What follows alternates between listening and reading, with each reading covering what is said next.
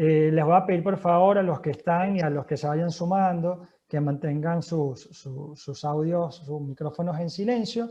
El día de hoy, bueno, vamos a estar abordando la elección del 28 de febrero de El Salvador, una elección en la que los tres invitados que tenemos el día de hoy participaron desde distintas perspectivas. En el caso de Alexis y de Marcelo, a través de una misión de observación electoral, y en el caso de Erika, que nos compartió su análisis para la publicación que hicimos en conjunto con el programa de Estado de Derecho para Latinoamérica de la Konrad Adenauer, COVID-19, Estado de Derecho y procesos electorales en América Latina. Voy a hacer una muy breve presentación de cada uno. Erika Saldaña es abogada constitucionalista, especialista en Derecho Administrativo y máster en Estudios Judiciales. Marcelo Peregrino es magíster en Derecho Constitucional por la Universidad Pontificia Católica San Pablo, es doctor en Derecho y, como les decía hace un par de minutos, es el flamante presidente de la Confederación Americana de Organismos Electorales Subnacionales, en la que Transparencia Electoral ejerce la Secretaría Técnica. Y Alexis Rivas tiene estudios en Relaciones Internacionales y especializaciones en Democracia y Sistema Electoral. Es presidente de la Asociación para la Solidaridad, Equidad e Igualdad y es coordinador general de proyectos en el Centro de Capacitación y Promoción de la Democracia, CECADE. Bueno, está además decir que es un gusto contar con ustedes. Creo que vamos a tener un panel muy variado donde vamos a tener la posibilidad de contar con distintas perspectivas, ¿no? Con acercamientos distintos a lo que fue el proceso electoral. Y nos gustaba la idea de vincular el tema electoral con el Estado de Derecho, y por eso contamos con Erika, que amablemente aceptó nuestra invitación, porque Erika de alguna manera nos puede dar un panorama más amplio, ¿no? de las garantías y las condiciones en las que se celebró este proceso electoral. Erika lo trabajó en la publicación a la que hacíamos referencia, desde la perspectiva quizá que ella tiene más desde el derecho, ¿no? desde lo constitucional, y creo que nos puede dar unas coordenadas interesantes para saber en qué condiciones se dieron estos comicios en un escenario global. Ustedes muy bien lo saben, de retroceso democrático. Algunos hablan de una tercera ola autocratizadora, de la que El Salvador quizá, de acuerdo a algunos expertos, sería uno de los exponentes en la región, y todo esto de alguna manera condicionaba el proceso electoral, y además el proceso electoral en las primarias partidarias que también se dieron previo a la elección del 28 de febrero. Así que sin más que decir, Erika, yo te quisiera introducir, te doy la palabra y esperamos atentos a escuchar tu análisis. Gracias. Bueno, gracias por la invitación a Transparencia Electoral para participar en este foro. Les voy a dar como un breve contexto de cómo se dio la elección del año de febrero del 2021. Hay que señalar que la elección, el día de la elección es como un punto fundamental durante todo el proceso, pero todo eso empieza más o menos un año y medio antes, con el Plan General Electoral que emite el Tribunal Supremo Electoral. Entonces, cuando inició la pandemia, ese plan ya estaba en marcha. Los procesos democráticos y electorales en El Salvador ya transitaban por un camino empedrado, y la pandemia de COVID-19 los volvió más complicados, poniendo obstáculos inesperados, sobre todo en el tema del Estado de Derecho, en la correcta consolidación de los procesos democráticos, que El Salvador está en camino. No se puede decir que existía un proceso democrático consolidado. Entonces, en eso vino la pandemia, y con el intento de salvaguardar el derecho a la salud de muchas personas, esa fue la mayor justificación que emitió el gobierno. Se empezaron a emitir una serie de decretos legislativos, de decretos ejecutivos, que sin duda aunque no estaban dirigidos expresamente al tema de las elecciones, incidieron en el mismo.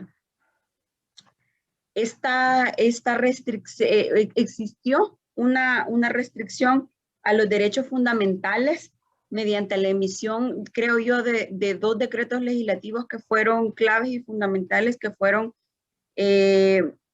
a propuesta del Ejecutivo, la Ley de Restricción Temporal de Derechos Constitucionales Concretos para atender la pandemia de COVID. Esta fue una normativa que se emitió más o menos el 14 de marzo del año 2020, es decir, un par de días después de que la Organización Mundial de la Salud estableció que el COVID-19 ya se catalogaba como pandemia. Y esta ley de restricción temporal de derechos fue catalogada como un eufemismo, un régimen de excepción. O sea, no se le quiso llamar expresamente régimen de excepción, pero el contenido iba encaminado a esta figura que está regulada en la Constitución de El Salvador. Entonces se limitó la circulación, existieron restricciones a derechos de las personas, y en todo este contexto es que el Tribunal Supremo Electoral ya estaba ejecutando el programa general de las elecciones, ya se estaban ejecutando actividades contempladas para el desarrollo de los comicios electorales.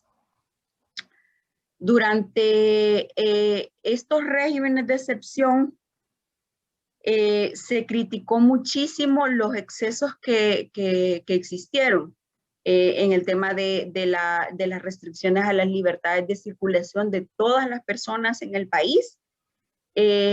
Otras medidas que se tomaron para las personas que salían, que se les remitieron a centros de contención.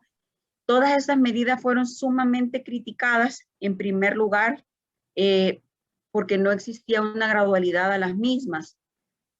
También porque los tiempos de emisión de las mismas no daba lugar a seguridad jurídica para todas las personas que habitan en el país, porque fueron medidas generales.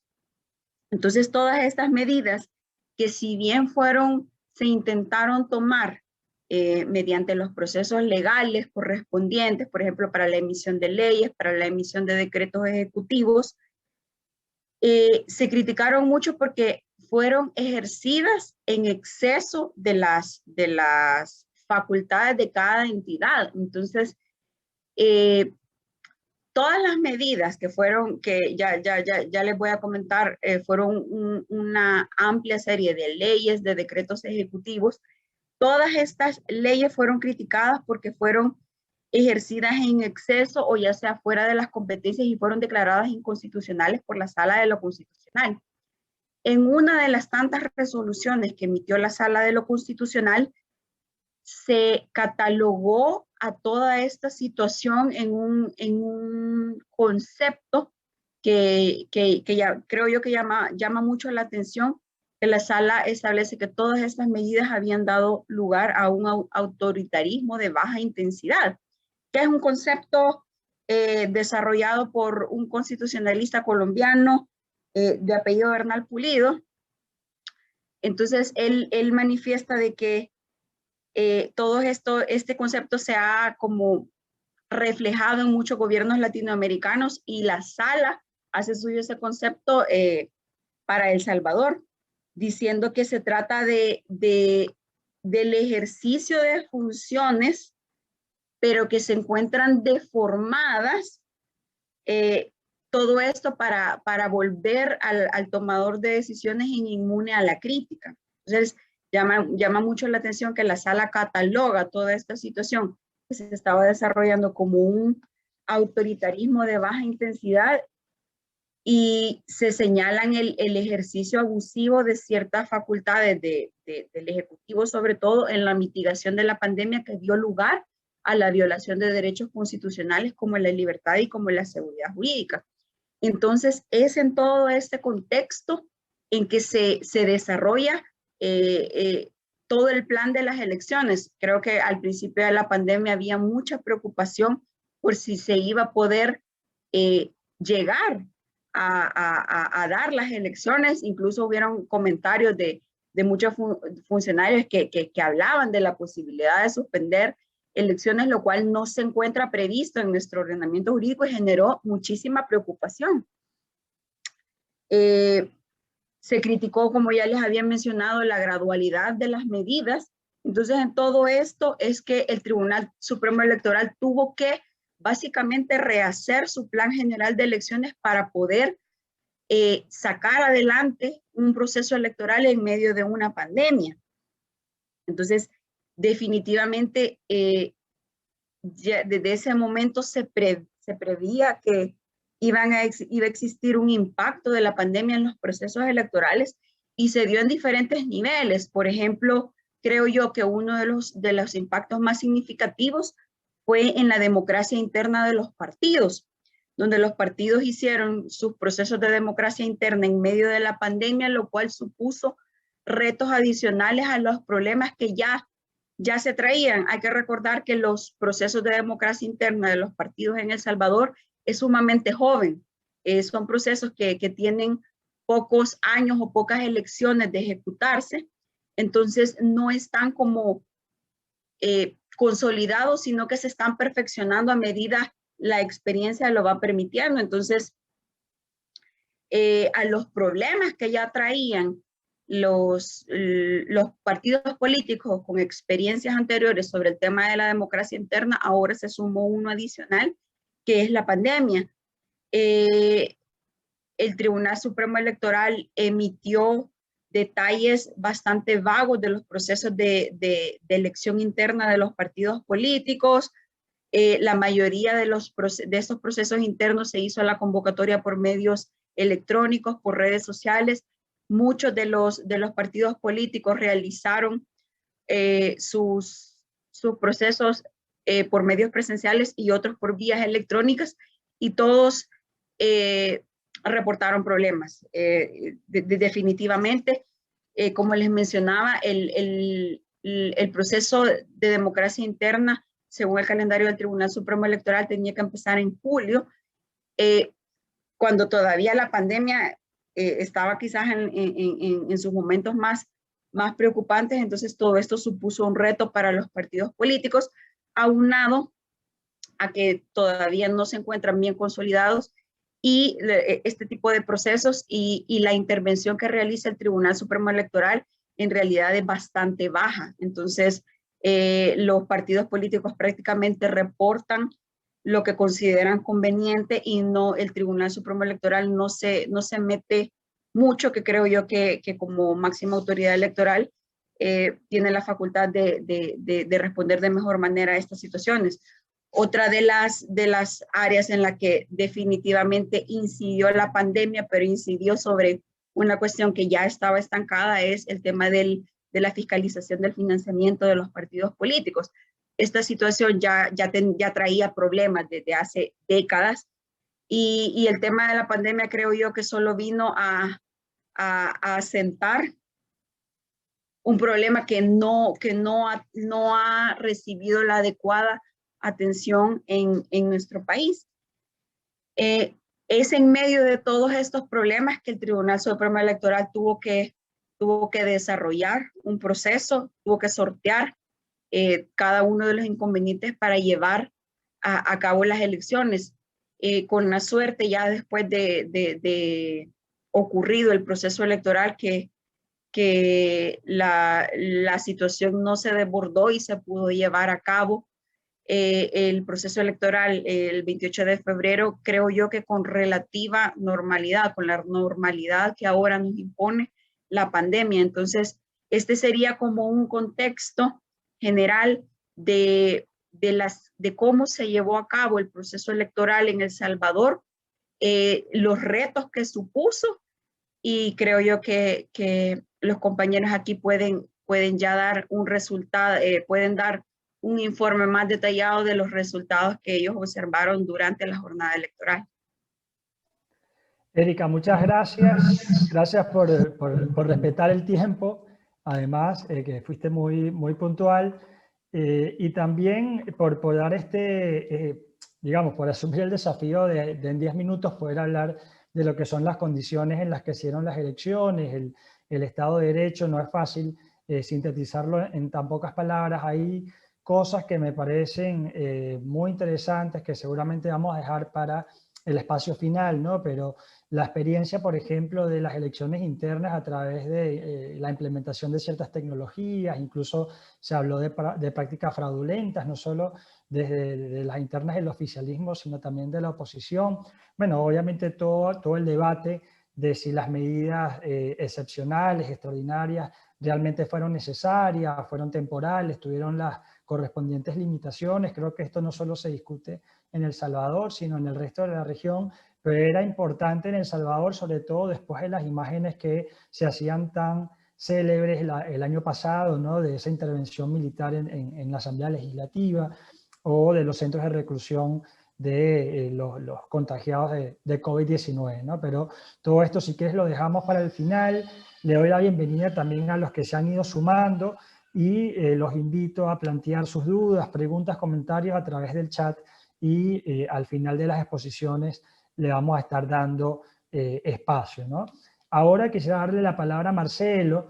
Lo presentamos en un principio. Marcelo, además de esa muy breve resumen que di de su currículo, Marcelo fue juez electoral provincial del Tribunal Regional Electoral de Santa Catarina, donde también ejerció la presidencia de la Escuela Judicial. La verdad que es una persona muy entendida en la materia electoral, y desde Transparencia Electoral tuvimos el gusto de contar con él como subjefe de la misión, con el apoyo también de SECADE, que después Alexis nos va a estar hablando de eso. Marcelo, sé que te preocupaban algunos temas, en específico el tema del financiamiento político, el financiamiento de las campañas. Incluso colaboraste con el informe final, así que escuchamos atentos tus observaciones como subjefe de la misión de observación electoral. Estás en mudo.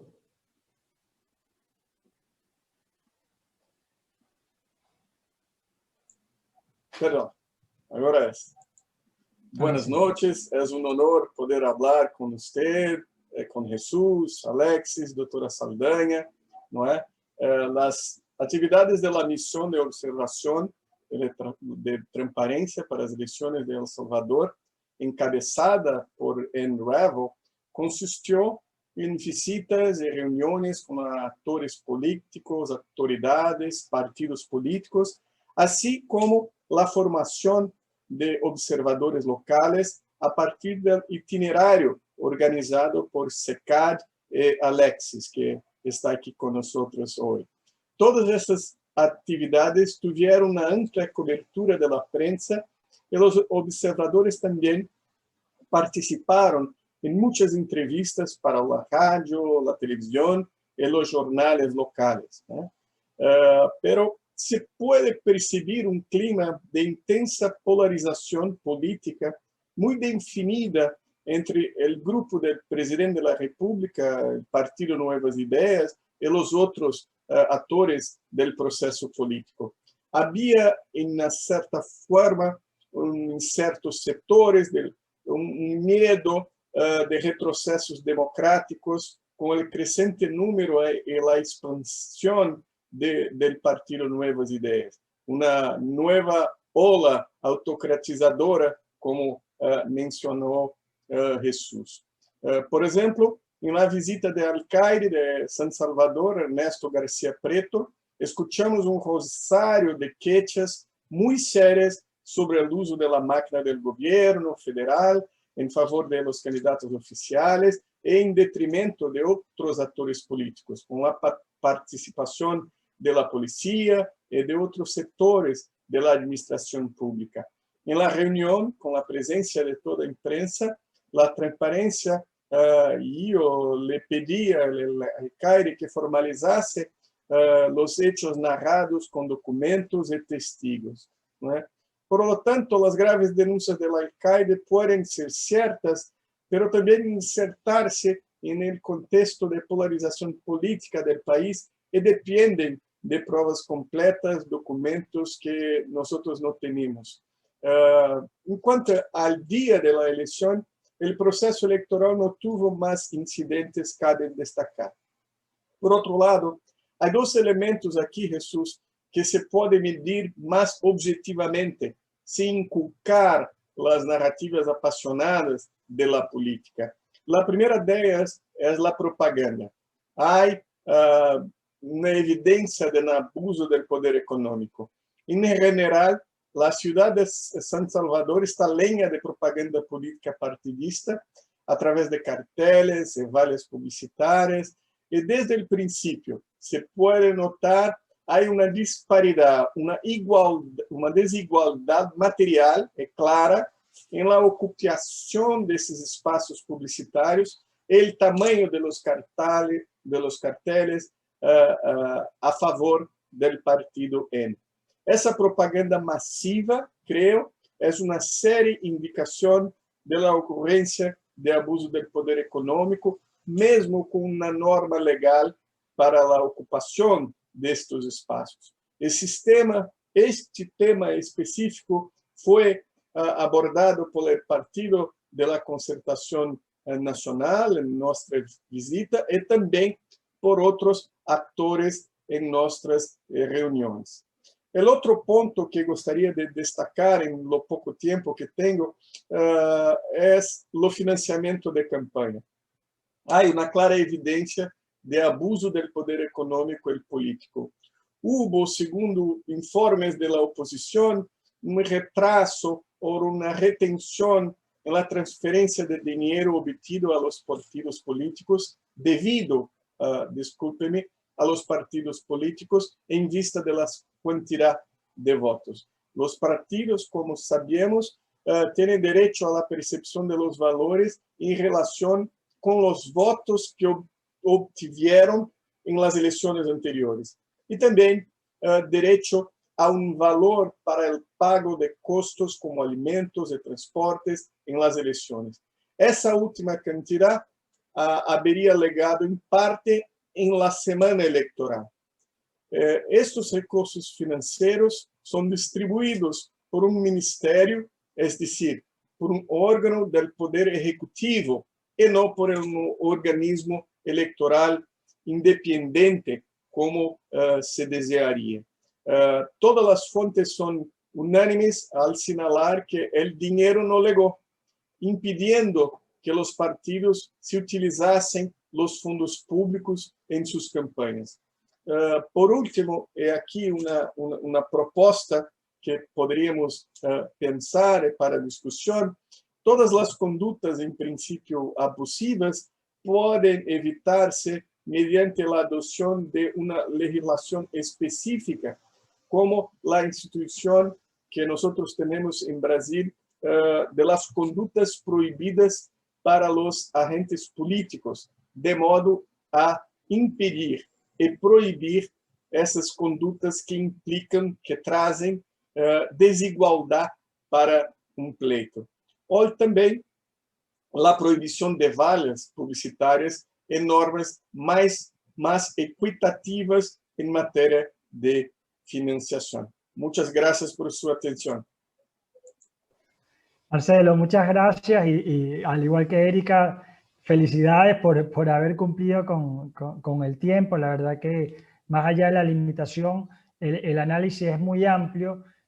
Sabíamos, y seguramente Alexis pueda profundizar un poco al respecto, sobre tus preocupaciones en cuanto al tema de financiamiento, a la equidad de la campaña electoral. Y creo que después de ver los resultados, ¿no? y de ver una victoria tan contundente por parte de la alianza oficialista, uno puede ver también algunos de los efectos de esta falta de equidad, ¿no? en el momento de la campaña electoral y el acceso a financiamiento.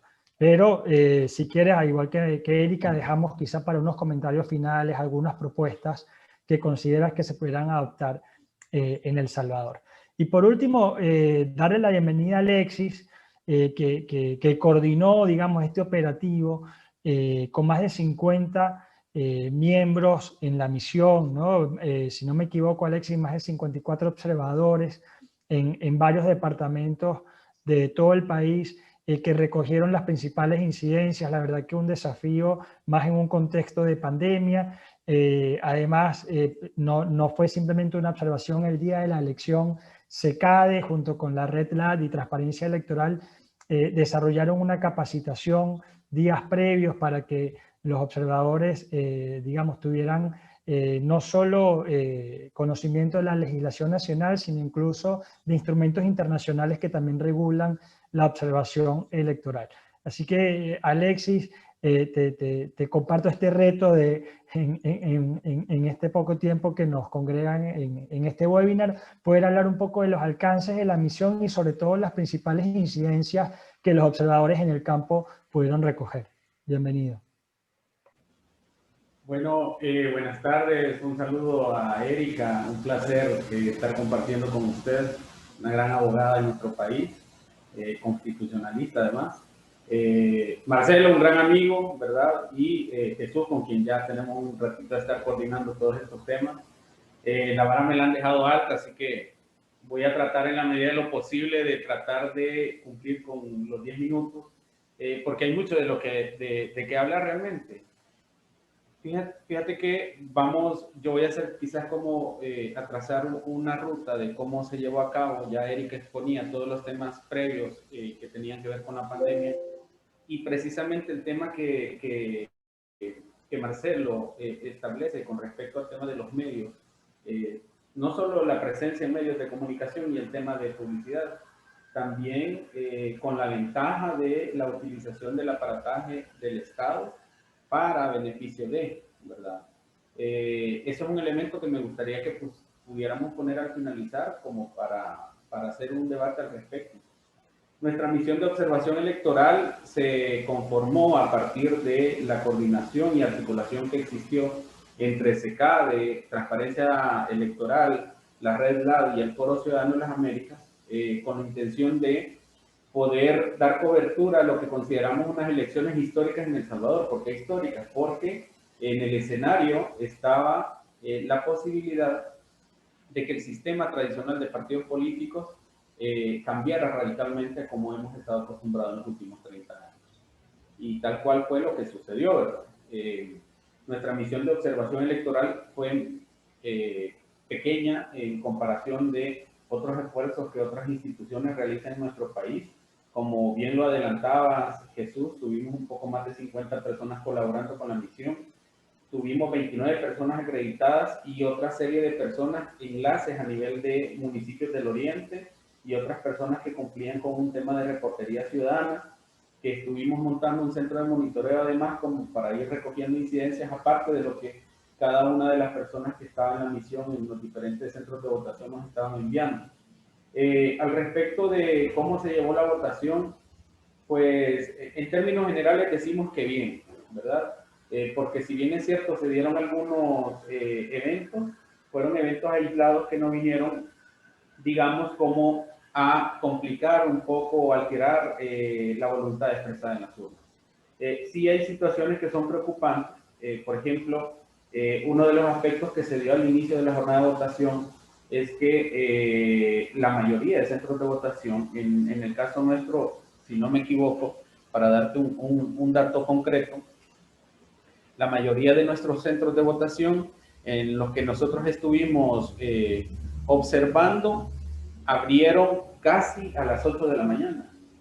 Como el 85% de los centros de votación abrieron antes de las 8 de la mañana, cuando la hora establecida es a las 7 de la mañana. Esto se debió a muchas situaciones. Mira. El partido oficial se quejó que no habían tenido con tiempo la entrega de credenciales.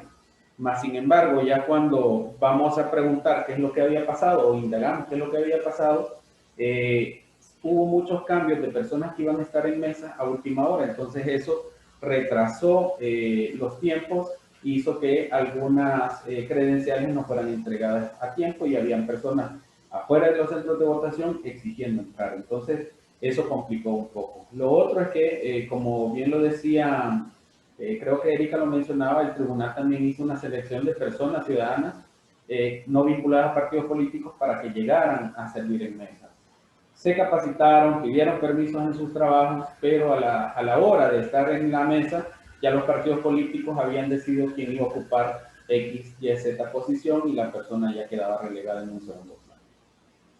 Con respecto a la apertura, fue más eso, es decir, todos los centros de votación abrieron tarde en su mayoría, se percibían grandes filas de personas queriendo entrar a los centros de votación porque recordemos que también se estaban cumpliendo adicionalmente a los procesos normales, se estaban cumpliendo protocolos de bioseguridad para evitar la aglomeración de personas en los centros de votación. Un tema que, digamos, quedó de ver porque hubo aglomeraciones en casi todos los centros de votación, no hubo mayor control al respecto. Bueno, ya ha pasado algún tiempo del evento electoral, consideramos que tampoco hubo una propagación al respecto del COVID, pero sí fue un tema que quedó de ver.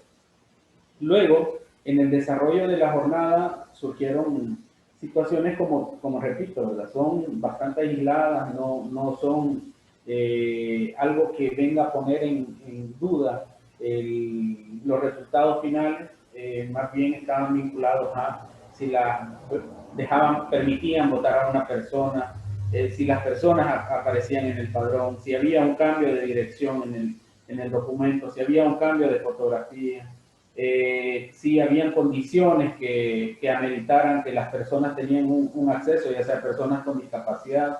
En el caso nuestro también le pusimos un especial énfasis a las personas de la comunidad LGBTI. Tuvimos una persona, un hombre trans en nuestra misión de observación electoral participando y le pusimos especial énfasis en esos temas. Hubo una cosa que a nosotros nos preocupó y lo voy a decir así, y es que a una de nuestras observadoras la policía le interrogó. Es normal que te pidan la credencial y el documento para verificar que efectivamente que quien aporta le corresponde, ¿verdad?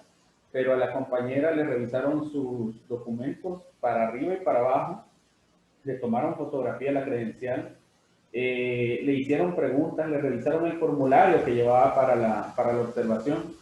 Entonces consideramos que no son cosas normales. Ya posteriormente la chica también fue abordada por una persona identificado un partido político, quien le llegó a preguntar que si era de ahí, ¿verdad?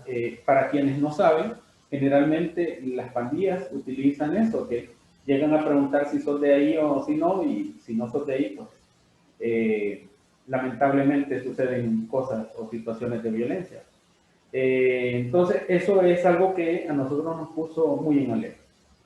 Ya luego el resto de la votación hubo algunas situaciones, por ejemplo, en un centro educativo ubicado en una colonia populosa de San Salvador, se cerraron las votaciones alrededor de las 3 de la tarde, si no mal recuerdo, porque se acabó la tinta indeleble y ahí está que cuando cerraron, cuando llegó la hora de cierre a las 5 de la tarde, muchas personas se quedaron afuera sin votar. Entonces, fue una de las situaciones que el organismo colegiado tuvo que dirimir y establecer que se reabriera el centro de votación. Al final no afectó en nada, ¿verdad? Se garantizó, digamos, el derecho al voto de las personas y no vino como a alterar algún resultado en concreto. Ya para el cierre, el conteo se llevó bastante bien. Consideramos que hemos tenido un buen avance en cuanto a la transmisión de resultados.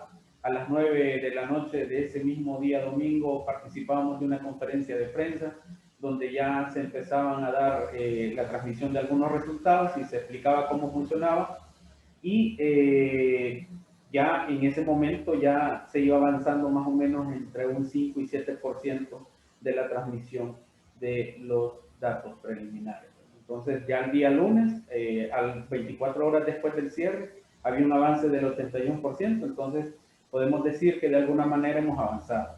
Ahora bien, en el aire había muchos temas, por ejemplo, cuando nosotros, como bien lo decía Marcelo, tratamos de visitar a diferentes actores políticos, también nos abordaban algunos medios de comunicación y nos preguntaban sobre temas de fraude, porque en el aire andaba eso, ¿verdad? De que el organismo colegiado tiene más personas a favor de los partidos tradicionales, que se estaba montando toda una estrategia de fraude. Entonces en los medios a uno le preguntaban eso, pero realmente yo creo que nuestro sistema electoral nos ha demostrado que también cuenta con frenos y contrapesos que permiten que todos los actores involucrados puedan tener una participación y sean garantes desde adentro para garantizar y hacer prevalecer la voluntad expresada en las urnas. Entonces, son elementos que nosotros aplaudimos independientemente de los resultados, porque nos indican que de alguna manera vamos en buen camino. Nuestro sistema electoral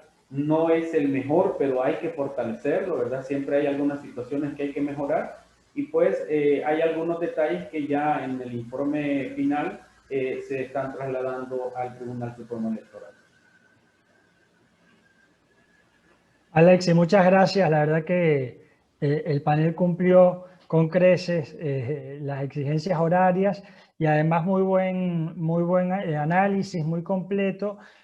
Sabemos que el informe final tiene muchas más variables, ¿no? Más indicadores que tomar en cuenta sobre los procesos electorales en El Salvador, también como recomendaciones para el tribunal, para que sean tomadas en cuenta para próximas elecciones.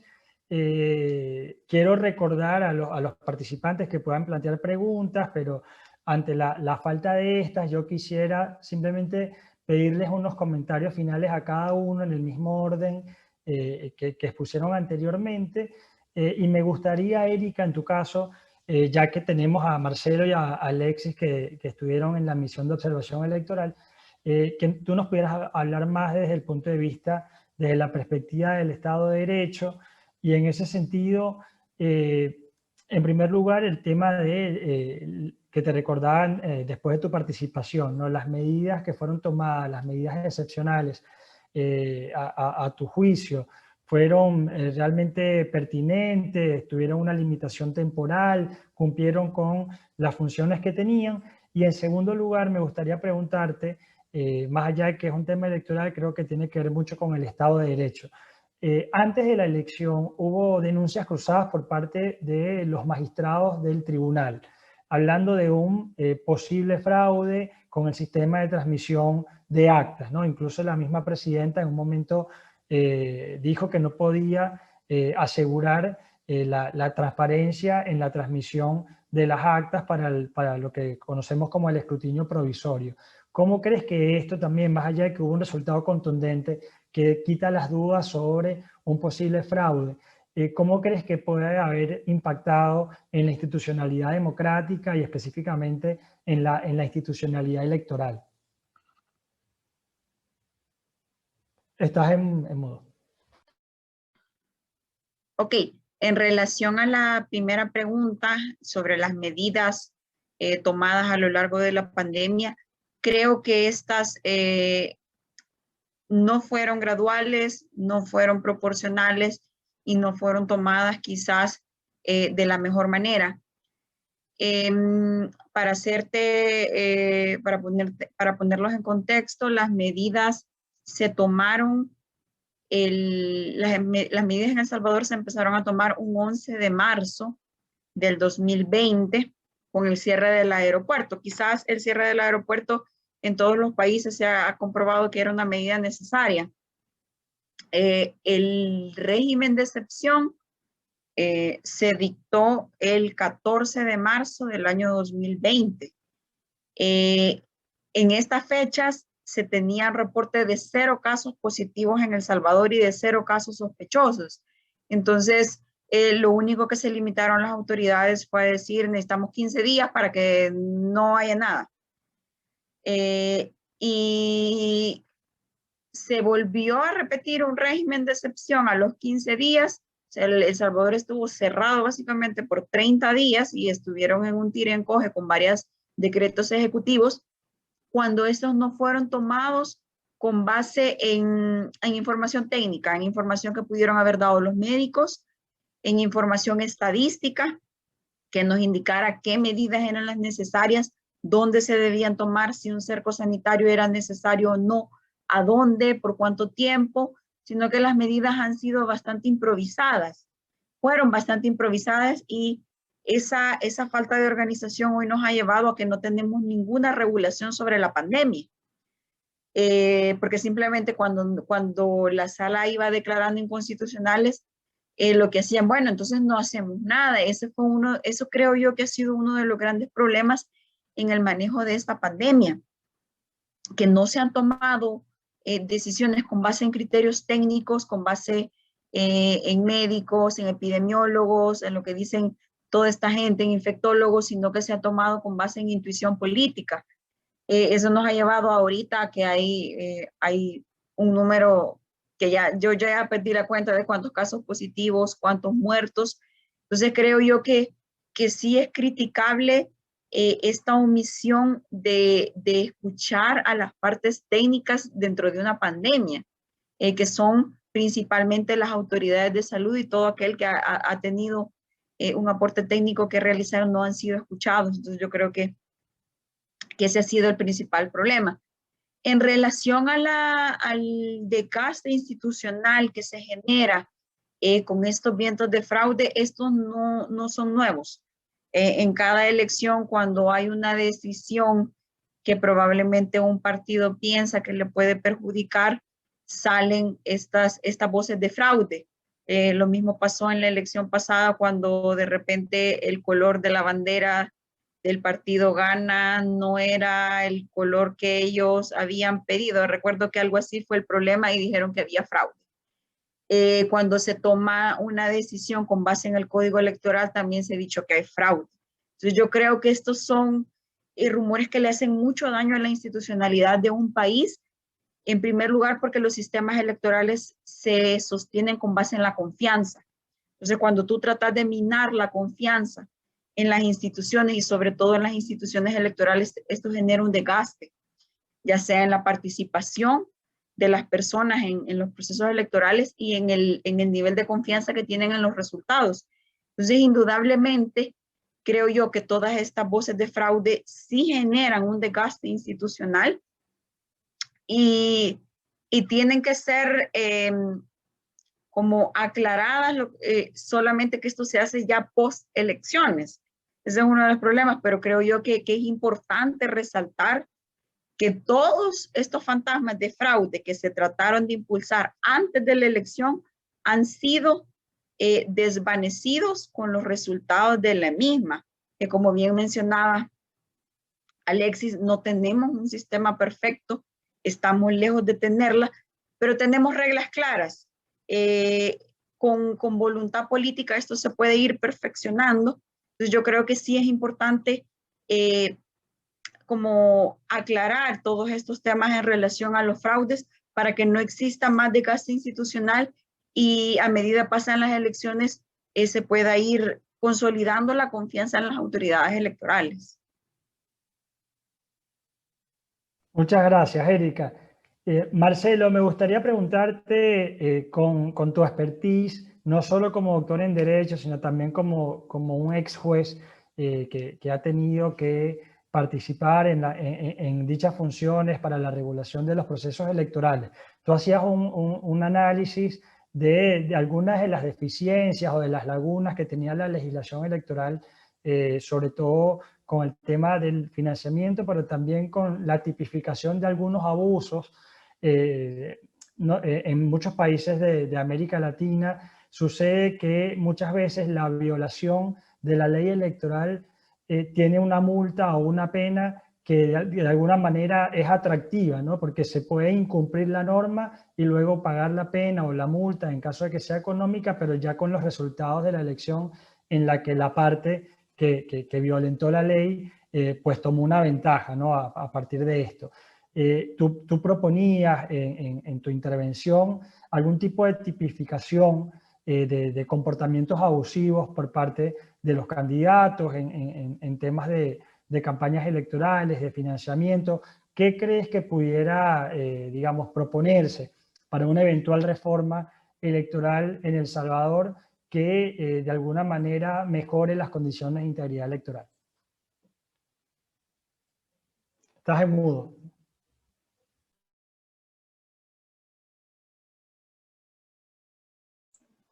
Muchas gracias, Jesús. Hay una cuestión que es muy importante acá en Brasil, que son las conductas vedadas, las conductas prohibidas para los agentes políticos que son también candidatos.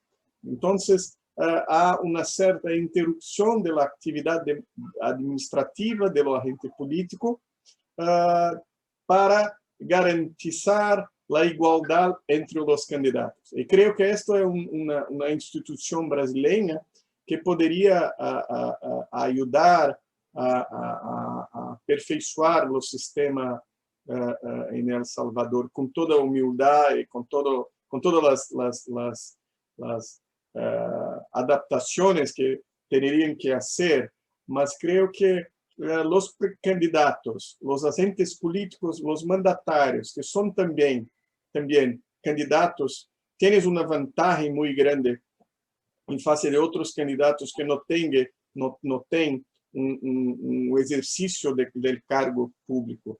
Esto es algo que las conductas vedadas, como en lo modelo brasileño, podría mejorar. Mas tenho uma pergunta para a doutora Érica, que é sobre os decretos executivos. Em sua opinião, as medidas, esses decretos han cambiado o resultado das eleições ou são só incompetência, improviso, de um momento que nós outros, nenhum em parte do mundo, conhecia a realidade ou sabia o que fazer. Em eleições da pandemia é a primeira vez, creio. Essa é a minha pergunta, se há uma vontade para adulterar a vontade popular ou são apenas o improviso de uma situação excepcionalíssima como a pandemia? Yo creo que no existió una voluntad, creo yo, de incidir en el tema de las elecciones. Sin embargo, pueden existir medidas que se han tomado alrededor de la situación de la pandemia que de repente sí pudieron haber incidido. Se criticó, usted ha mencionado mucho la crítica en relación a la campaña, al financiamiento de la campaña, y si bien todas estas medidas en relación a la pandemia no creo yo que se hayan tomado orientadas a incidir en la voluntad, sino que la mayoría creo que es parte de la inexperiencia, falta de organización, todos los problemas que se suscitaron. Creo que sí existieron medidas alrededor de la pandemia que pudieron haber afectado los resultados electorales o por lo menos la voluntad de las personas. Por ejemplo, se ha criticado mucho que la entrega de paquetes solidarios de alimentación a las familias incidió debido a que se maneja. Hay gente que considera que esto se pudo prestar a campaña electoral de parte del partido afín al gobierno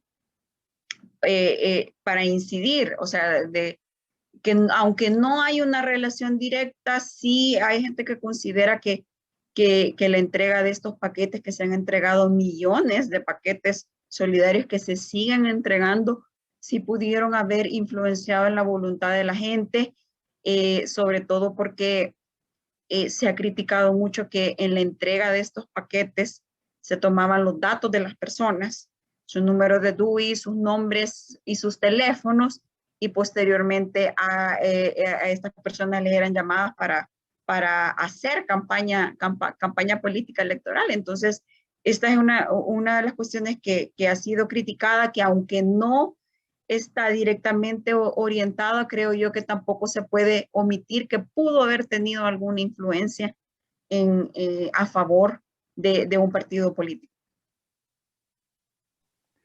Muy interesante eso, Erika, y lo vinculo con un comunicado que desde Transparencia Electoral publicamos hace un par de meses y que tiene que ver con el uso electoral de la campaña de vacunación, ¿no? Se han denunciado ya en varios países, el más reciente es en México, cómo algunos oficialismos han estado usando el plan de vacunación para fines electorales. En el caso de México, también se denunció que el partido oficialista, Morena, al tiempo que vacunaba a los ciudadanos, le pedía sus datos de identificación, ¿no? su DNI, para ir haciendo un padrón de las personas que iban siendo vacunadas a través de los operativos partidarios, ¿no? También hemos visto cómo algunos candidatos presidenciales, como en el caso de Ecuador, han ofrecido un número de vacunas que es muy difícil que puedan cumplir en caso de que los ciudadanos opten por elegirlos, ¿no? Así que es un tema que hay que tener muy en cuenta a la hora de estudiar las condiciones de integridad electoral, el uso clientelar y electoral de, en este caso, los planes de vacunación, pero también las medidas paliativas a la crisis económica que ha generado la pandemia. Y por último, Alexis, yo quisiera que tú nos dieras una perspectiva quizá más desde la sociedad civil, ¿no? Yo creo que Erika y Marcelo han aportado desde otra perspectiva, y tú con la experiencia que ya tienes en organizaciones de la sociedad civil, preguntarte si hay realmente un avance en lo que tiene que ver con la capacitación ciudadana para entender el sistema electoral, para entender la observación electoral como herramienta para fortalecer la democracia. Ustedes tuvieron un operativo bastante numeroso, donde sumaron a personas que no todas eran entendidas electorales, y esto muchas veces recae solo sobre las organizaciones de la sociedad civil, pero realmente hay un esfuerzo de las instituciones en que la ciudadanía se capacite, entienda de los derechos que tiene, se vincule con los procesos de participación ciudadana.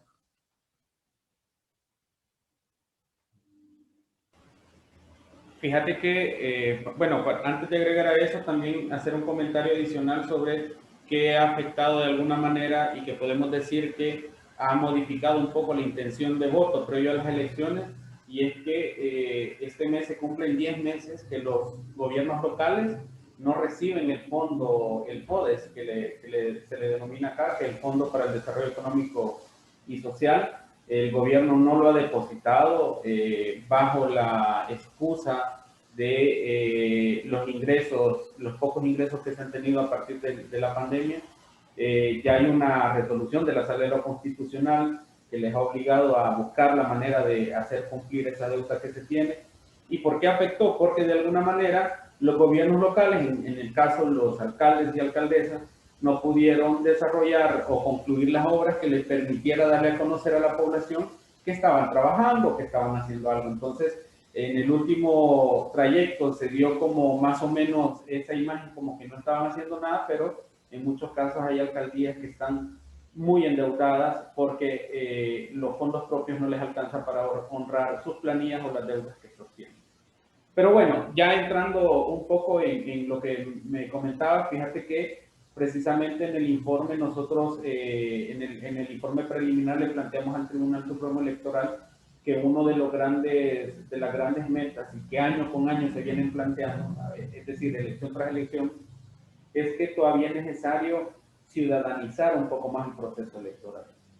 Es decir, que más personas no vinculadas a partidos políticos puedan tener la disposición de participar y que no te asustes cuando en el sistema salís sorteado que vas a estar en mesa o vas a estar en algún organismo electoral temporal.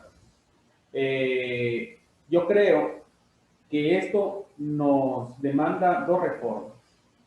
Una es la reforma educativa, porque lastimosamente nuestro sistema educativo muy poco nos enseña sobre la educación cívica, sobre la posibilidad que tenemos de poder servir desde diferentes escenarios a nuestro país, y el sistema y el proceso electoral es uno de ellos. Entonces, en ese sentido, hay que trabajar un poco la reforma educativa para poder vincular más propuestas que vengan encaminadas a mejorar la educación cívica al respecto.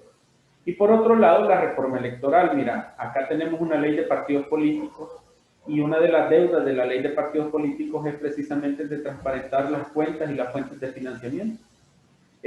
Aunque, digamos, ha habido un poco de avance, todavía hay algunos asuntos sobre el financiamiento de los partidos políticos que no está claro. Ha tenido que intervenir hasta el Instituto de Acceso a la Información Pública para que algunos partidos brinden esa información, y aquí las multas son risibles.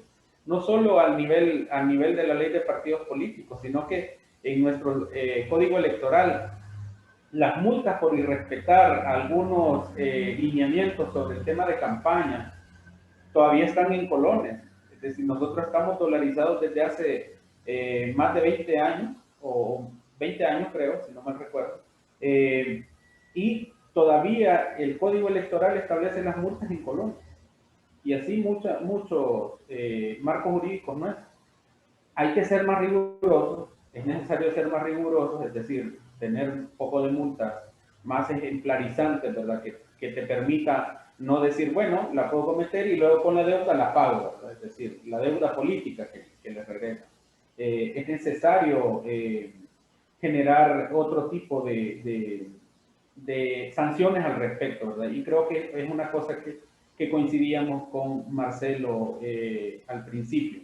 Luego, fíjate que para la sociedad civil implica un reto porque, aunque si bien es cierto, los resultados de la elección le dejan al oficialismo la mayoría absoluta con sus aliados, es decir, tienen 56 para la mayoría calificada de acuerdo a la aritmética legislativa para tomar decisiones trascendentales, no solo para reformar la Constitución, sino que también para elegir funcionarios de segundo grado, con entes contralores como la Corte de Cuentas, magistrados de la Corte Suprema de Justicia, la Fiscalía General de la República, la Procuraduría de los Derechos Humanos, es decir, van a tener bajo su control la posibilidad de elegir sin necesidad de estar negociando, sin necesidad de parlamentar, de hablar con los demás partidos de oposición, elegir a su antojo, es decir, poner los perfiles que ellos quieran y elegir.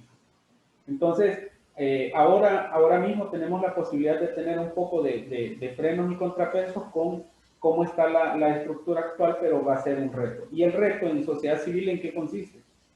Y es que, si bien es cierto, hay algunos signos de autoritarismo, acá están utilizando la palabra fuerte de dictadura, ¿verdad? Aunque hay signos al respecto, yo creo que va a ser importante también que veamos hacia adentro de la sociedad civil y veamos que tenemos toda una tarea por delante, es decir, de profundizar los procesos de participación ciudadana, de ampliar un poco más nuestros programas para promover la ciudadanía activa, de ampliar un poco más las alianzas entre los sectores, de promover más aquellos temas que son de interés público y que no se mueven porque responden a una agenda oculta, ¿verdad?, por parte de quienes toman decisiones. Entonces, de alguna manera, con Gustavo Amaya, el director ejecutivo de SECADE, él hablaba al respecto, y es algo que se ha escrito para Transparencia Electoral, es que creemos que es el momento de la ciudadanía y las autoridades, con la configuración política que ahora mismo existe, va a ser todo un reto el que podamos generar incidencia política y contraloría social a favor de los temas que siempre han movido la sociedad civil. Alexis, Erika, Marcelo, muy agradecido con su participación, por habernos dado este tiempo. Gracias también a todos los espectadores que nos acompañaron el día de hoy. La verdad que fue un webinar muy interesante en un tema que seguramente vamos a seguir abordando con nuestros aliados locales, allí con SECADE, con Erika, que también la incorporaremos en alguna de nuestras iniciativas seguramente, y con Marcelo desde la CAOEST y desde Transparencia Electoral. Es un tema muy, muy actual, muy interesante, y seguramente la vamos a estar siguiendo la pista. Así que les agradezco a todos por su tiempo, su participación. Mañana van a poder descargar el webinar los que no hayan podido estar, para difundir por redes sociales, por sus redes personales. Así que lo dejamos hasta acá. Muchísimas gracias y buenas noches. Muchas gracias, un saludo.